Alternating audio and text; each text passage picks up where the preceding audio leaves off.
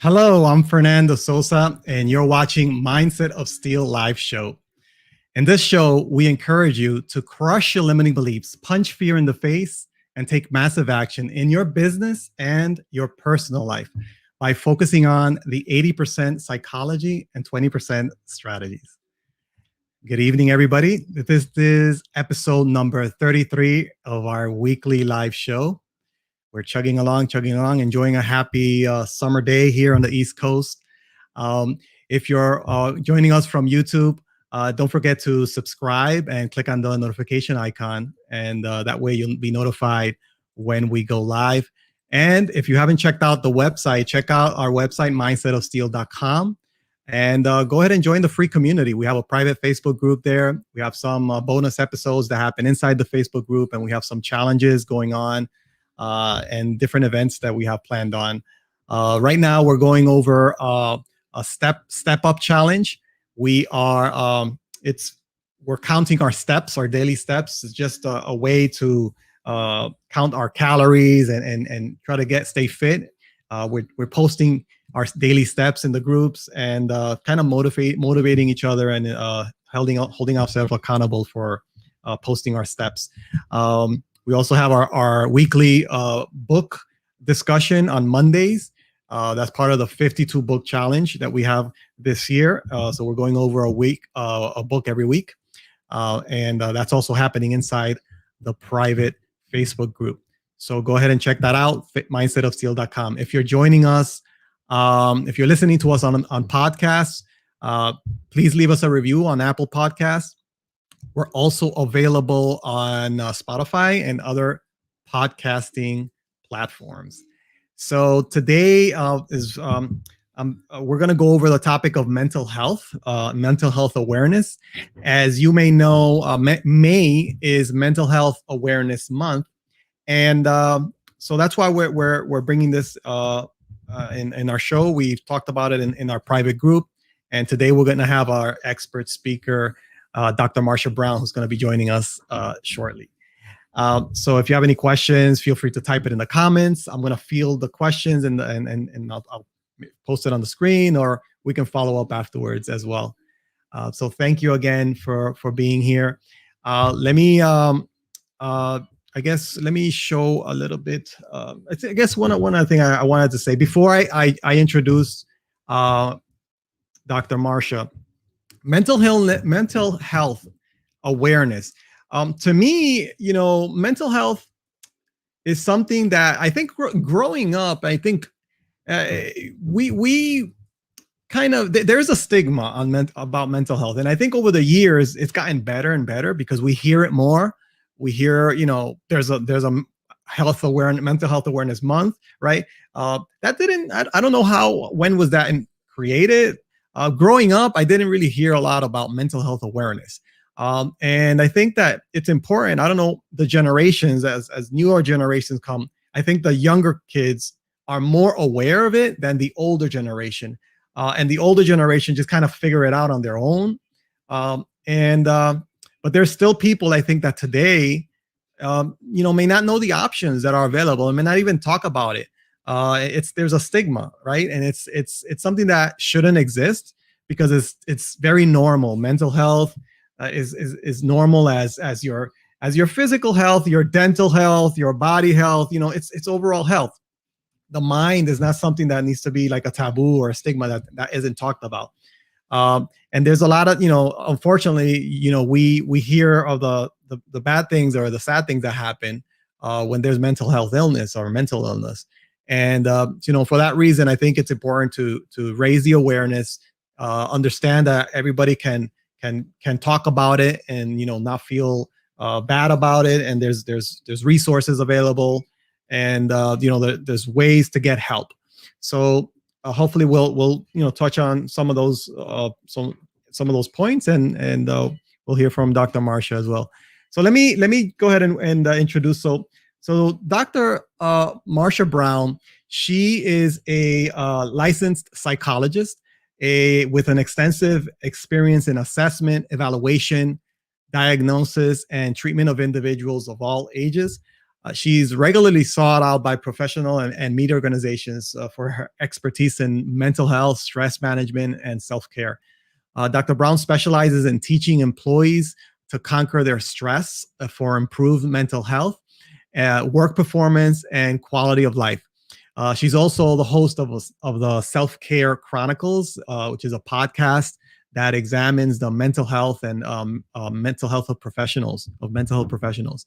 So she's joining us live from Fort Lauderdale. So let me go ahead and welcome Dr. Marsha Brown. Hello. Hi, hello there. How are you? Good, good. Thank you. Thank you for being here. How are you doing? I'm great. Thank you for having me. I'm very excited to be here. Awesome, awesome.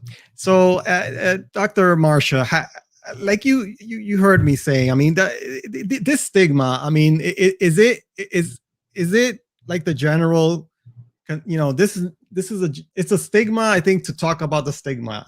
How do you feel about mental health and mental health awareness? When did this begin? Actually, that's my question to you. Do you know like when did Mental Health Awareness Month, or in general, how did that came about?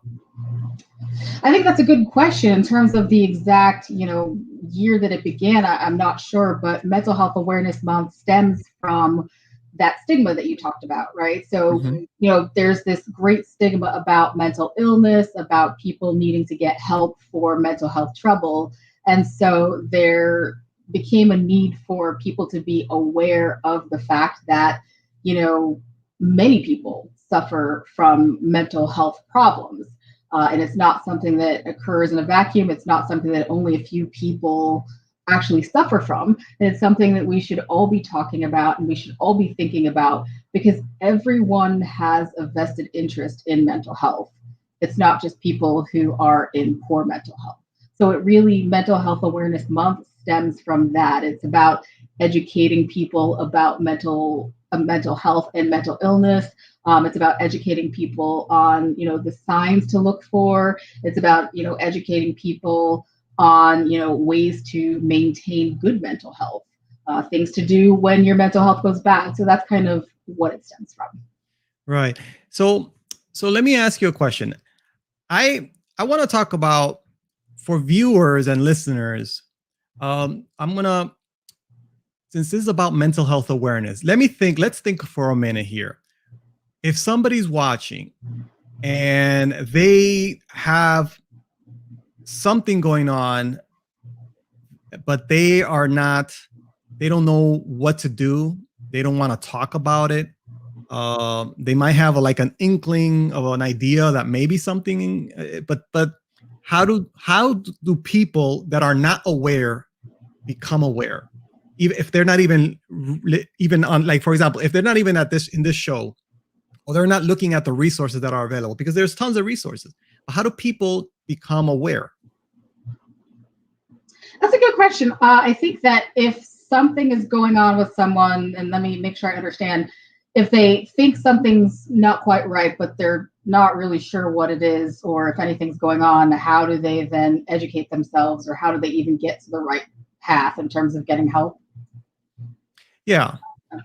I think it's important to, if someone is maybe having a lot of trouble getting things done or having trouble at work, or people that you know and trust are giving you feedback that says you're behaving differently than you usually do, or something's different about you, or are you okay? So if people are continuing to ask you questions about how you're doing and they seem to be unsure, or if you're having trouble at work or at home or in school, or your relationships are not as good as they once were, if you're feeling unhappy and you feel just sort of blah, or you feel down in the dumps and you're not sure what to do to get yourself out of that position, then you may want to look at the bigger picture of what's going on and what's causing these things. And they may be mental health related. Right. Because I think it's very difficult or challenging, right? That because, it's easy to see, when you have a headache, you kind of feel the headache. When you break an arm or you have a cut, it's something physical that you can see. So you take care of it. but mental health, I mean, what makes it, how do you know when it's just, a behavior, or somebody's just having a bad day, or having, when does it, when does somebody make that distinction that, I'm just like the way I am, or there's actually something going on here? Is it just because of the recurring pattern, or something that is more out of the ordinary? Yeah, I think that's a great question. And yes, it can be, sometimes you do feel things like, you said if you have a headache or you have something wrong with your arm, with mental health issues, it's changes in a person's thinking and feeling and mood and their ability to relate to the people around them and their ability to cope with all of the daily stressors that life throws at you.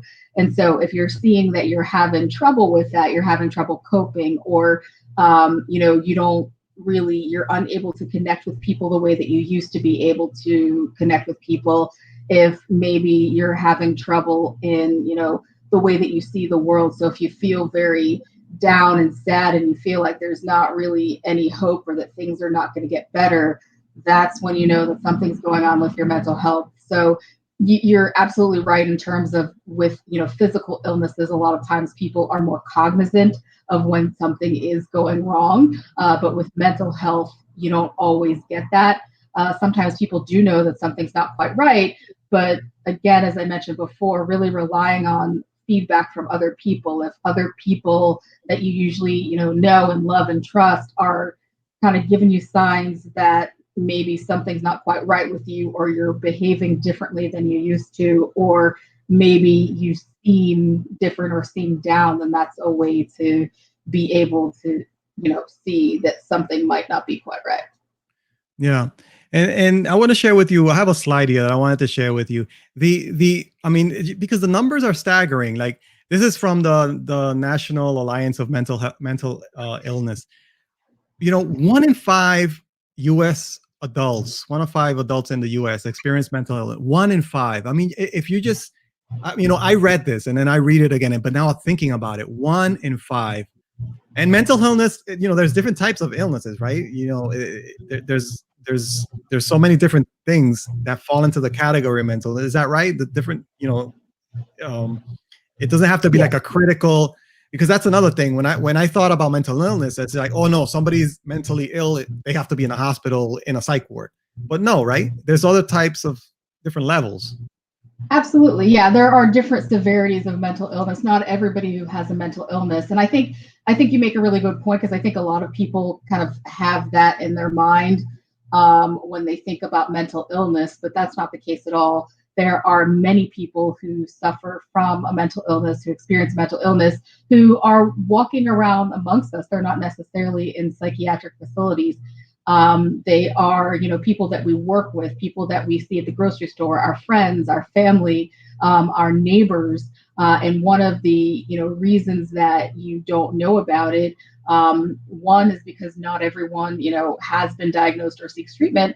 And then you also have the stigma factor. So if you have someone who is experiencing these things, and even if they did know that something was wrong, they may be hesitant to actually come out and say, hey, I think I need some help, just because there is just so much stigma surrounding it.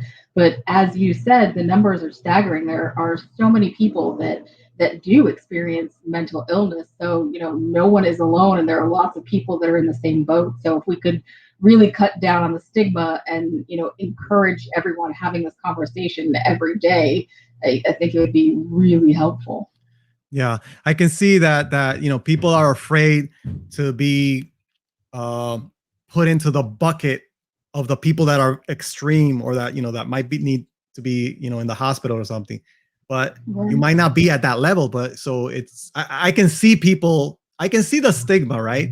Because it's easy, the word, when I hear the mental illness, unfortunately, the word that comes to mind a lot to me, and I think people, is the word crazy. That's like, and that label, it's a label, right? That I don't think anybody wants to have that label. And I think that those types of label, either from ignorance or just, lack of a better word, do not help. Yeah. Absolutely. I think you're right. It's a pejorative label. Nobody wants to be labeled as that. And we do throw around the term a lot. And so people are afraid to be labeled as that, as you said. And something you said that I think is spot on, a really good point, is that you said no one wants to be in the bucket of people that are extremely ill. So for example, you said the people who are in the psychiatric hospital, but really, what will help to alleviate the symptoms and to get people better is if they're not ignoring it and they're actually going for treatment and going to get help so that they avoid their symptoms getting worse and worse and worse until it's so bad that they do end up being in some kind of a crisis or some kind of emergency treatment. Yeah. And on that note, let me look at this other slide. Actually, let me go to this other one about suicide. This is the extreme, right? And I see that, when it gets to this point, there's so much things, so many signs that happen before this step, that I think that's where it gets ignored. And unfortunately, these other numbers are alarming. Suicide is the second leading cause of death of people ages 10 to 34. Second leading cause of, I mean, these numbers are staggering. But um, you know, I've lost I lost a friend due to suicide, I don't know, maybe 20 years ago, and that was like my first experience with suicide, and to this day, it's it impacted me. Just and I'm just a friend. I can imagine the family members. So this goes on so often, and we hear it in the news. How and this is my question to you at the beginning is, when somebody has an issue, how do they get help before they get to this point? And especially when they're surrounded by an environment of people and things that are not helping them get the help. Right, absolutely. So that's a really good question. I just want to clarify a little bit. So not all, because we talked a little bit about there are different types of mental illnesses, very many different types of mental illnesses. Not all of them, when symptoms get worse, it doesn't always result in suicide in terms of the extreme symptoms. Getting help before it gets to this point, before it gets it is too late, is absolutely possible. There are oftentimes signs, but there are not always signs, especially when you look at suicide with younger people who can be impulsive in terms of finding firearms of their parents or something that they didn't really think through or think about or anything like that. And there may not have been any indication that they actually wanted to do it, but it was sort of, it was self-inflicted. They ended up, killing themselves, but it wasn't necessarily due to them being, severely depressed. In terms of signs, which I think is what you're really asking about, some of the signs can be things like somebody who just doesn't seem themselves, somebody who seems down or depressed, somebody who might talk about feeling hopeless, like there is no hope to change my current situation, whatever it may be, somebody who feels helpless. So yeah, there is some kind of an out for the situation, but I can't do anything about it. There's nothing I can do to change this situation. Looking at people, if they are, giving away their possessions, if they are behaving in a manner that's slightly different, if they're talking about no longer being around, if they're just saying, I wish I, didn't wake up tomorrow, or I wish I were dead, or something like that. Those are all signs to look out for. And there are some, others as well. But really just if it gets to that point and if you know somebody who has reached that point, it's really beyond having a conversation with them. I mean, I encourage having a conversation with them, but at that point, you really need to get a professional in and, give them the national suicide hotline or get them some professional help because it's reached a critical stage if they get to that point. And you're right. If we could get people into treatment or get them some help prior to reaching this point, we might be able to cut down on the suicide rate. Absolutely. Yeah. And on that note, I just posted some the number here, the helpline for the NAMI. Um, you know, there's ways to get help, right? There's You can call Yep. this 800 number as a helpline, talk to a healthcare professional, join a support group, and just talk. Absolutely. Friends, family. Do not keep it by yourself. Because there's an expression that I learned not too long ago is that you have to get out. You have to get out of your head or you're dead. If you, so a lot of things that you might be by yourself, just thinking about things that are happening by yourself, but you're not alone. Like we said at the very beginning, right? You're not alone. And once you start Absolutely. saying that, you're not alone. You're not alone. You're not alone. You're not alone. Absolutely. You You're realize never alone. you're never alone. Right. And things can be tough, but you're not alone. It makes a big difference. And unfortunately, that there's people that are isolated from other people, and I can see how difficult their situation could be if they don't have the support that they need. Um, Absolutely. yeah. So, Dr. Marsha, so when you're helping, so what is it the main you help a lot of professionals in the mental health area as well? I do, yes. I work with organizations to teach their employees how to deconstruct their stress and conquer their stress so that they don't get to that point where they're having all sorts of, depression and anxiety. I work with organizations that are higher in stress in terms of it's part of, the organization, part of the field where there's just a lot of stress, there's a lot of anxiety. The organizations that I work with generally employ people who have, the career paths of the people that I help generally are likelier to have substance abuse problems. They're likelier to have mental illness. They're likelier to have anxiety disorders and depression and things like that. So I teach them how to sort of break that all down and eliminate some of those factors and better take care of themselves so that they don't get to the point where they're overwhelmed by work and home and all these responsibilities that they have. And so they don't reach the level that we talked about just now in terms of the suicide, because many of the professions I work with have a higher rate of suicide than other general, other professions as well. Right. So there's so many areas in life that we can focus on um, in terms of mental health awareness and helping people. Yet yesterday or this week, I spoke to a teacher who is helping parents and students, and we talked about that in terms of mental health, and she actually has a daughter and her family that has some mental health uh, illness. So you know there could be mental health issues in the family, at Yeah, work, like you're helping uh, you know uh, companies with their employees and mental health issues, and there's work, family, friends, any circle that we are there could be some type of mental health awareness that could be done. And I think it's important to anywhere you are. Maybe you're not in school, maybe you are not in a corporate environment, maybe you're not, but wherever you are, you can find help in terms of mental health. You just kind of have to look around, ask the questions, and maybe one person can refer you to another person, right? Let's say you're absolutely. not, right? That's so. Yes.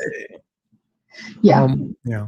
That's a great point. And I think that you're right. No matter what environment you're in, no matter what your job is, no matter what you do for a living, you're in an environment where there can be help. You can get some help. You can reach out. And I think it's a really good point to point out that, mental health can, mental illness can run in families. It can be somebody who's in your family. It could be, you don't necessarily know what somebody else is going through. So it's definitely important to, have that awareness and know that there is help out there. Yeah, and especially now during COVID, right? That there's a lot of Yeah, where a lot of people are indoors, right? They're not, the social environment is not the same, and also people that are entrepreneurs, business owners, that they're working by themselves at home, or and the kids, in at home, doing their remote work now, remote school. Now it's easing up, but it's tough. It was a tough last year. It's getting better, but did you It see a is. spike? Did you see a spike in your, uh, in what you're doing? Absolutely. Yeah. I saw a spike in what I'm doing. I've seen a spike in, the need for corporations to bring in somebody like myself to help their employees figure it out.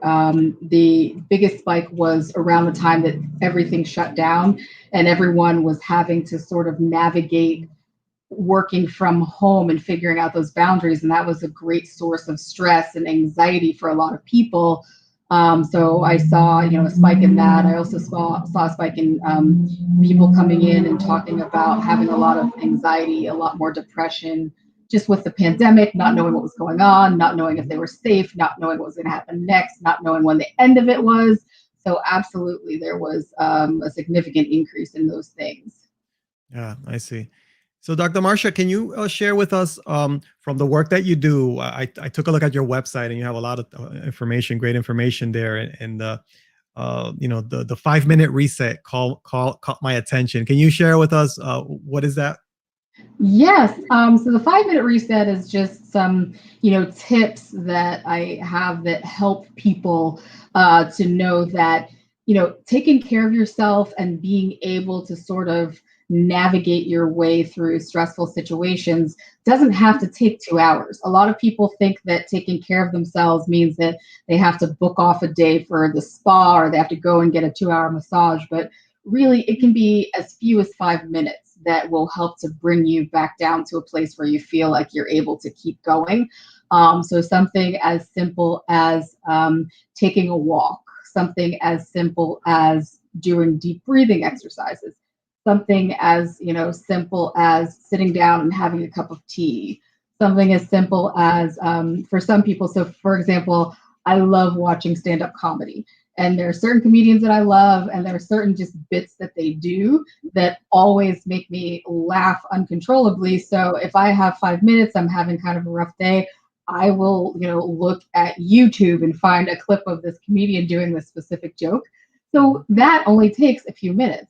So the 5 minute reset is just the idea that all it takes is 5 minutes and you really can reset yourself and replenish your stores so that you can feel better and keep going and handle all the stressors and all the things that we all deal with in our daily lives. Awesome. That's an awesome tool. And the key thing is awareness, right? Become aware of what's going on, and you'll find tools like the 5 minute reset to help you get out of that state that you're in. And I can see how that works beautifully. Yeah, yeah. Yeah, it's very And important. Yeah. yeah, now and so regarding the stress, in the corporate environment, right? When you're training or talking to employees or in to de-stress situations, what's the common? Is there a common, or is there pretty much spread across the board, stressors in the corporate environment, in terms of work? Yes. So in terms of work, well, a couple of things. One, we're also addressing the fact that work doesn't occur in a vacuum. And while the, old thinking used to be that, hey, you're at work, deal with work. We don't care what's going on outside. We understand that employees are human beings that have lives and they have, more than one hat to wear, so to speak, in their lives, right? So they're dealing with a lot of stressors at work and at home, and just juggling a lot of different responsibilities. So specifically at work, a lot of the issues, a lot of the stressors are, deadlines. I work with a lot of people who have who work in adversarial arenas. So part of their job is to fight and argue with other people. And so that can be very stressful if you're in an environment that's highly contentious, toxic sometimes, and you're trying to, navigate your way through that. Plus, you're meeting deadlines. A lot of times you have, a supervisor or somebody who might be looking over your shoulder, might be micromanaging you. Maybe you like to work one way and they don't like the way that you work, or, you have a lot of personality conflicts in the office that can oftentimes be a source of stressor for people. There are also, especially with COVID, in some organizations, they were having to downsize or at least figure out a new way to navigate their way through the business world, not being able to be face to face, not having employees come in. So there are a lot of work related stressors that employees deal with, and things that I help to address when I'm teaching them to deconstruct their stress. Yeah, I can see there's so many things there, and I yeah, I get it. There's so many things there. So, so Dr. Marsha, now, if somebody wants to reach out to you or get in touch with you, how do they do that? Yeah, so you can go to drmarshabrown.com. That's my website. You can find out more information about me. You can find out information about the podcast. You can find out, my work and things like that. So drmarshabrown.com. Okay, awesome. And yeah, I checked out her content. If you're watching, just check that out. The website is right there on the screen. Dr. Marsha, thank you very much for taking the time to chat with me and share what we talked about. Um, Mental health awareness is an ongoing thing. It's not just a May thing. It's something that has to be ongoing. And being aware is the first step of taking action, right? You can't take action if you're not aware of what it is, right? So being aware, even if you don't know what you're going to do, once you're aware, then the needle starts moving, and then you take action, and you're not alone. That's the key thing. There's so many people, like Dr. Marsha. That's what she does. She's an expert in that, and she can help you. She can help a lot of people, and there's help available. I'm gonna put here other ways to reach out. Like I said, talk to a healthcare professional. There's the helpline from national. The NAMI is the National Alliance of Mental Illness. Connect with family and friends. You're not alone, and or join a support group. Also, just talking about it helps a lot. Dr. Brown, do you want to leave us with something, something positive to end the show? Yes, I would love that. Thank you. I want to say first, thank you so much for the opportunity. I think this is fantastic. I'm so happy that you're doing this and bringing this awareness, because I think it's important. And to everybody out there who, is thinking about mental health, sort of how they're doing mental health wise, just know that you're never alone. There's always help, and there's always hope. There's always, always, always hope. It's just a matter of reaching out, and things will get better. Things absolutely always get better. All right. Thank you again, Dr. Marsha. All right. This has been Thank you. episode number 32 of Mindset of Steel, 32 or 33. I forget. Stick around. Just visit the website. Check out Dr. Marsha's website. All right. Thank you. Bye, Dr. Marsha. Thank you. Bye-bye. Take care.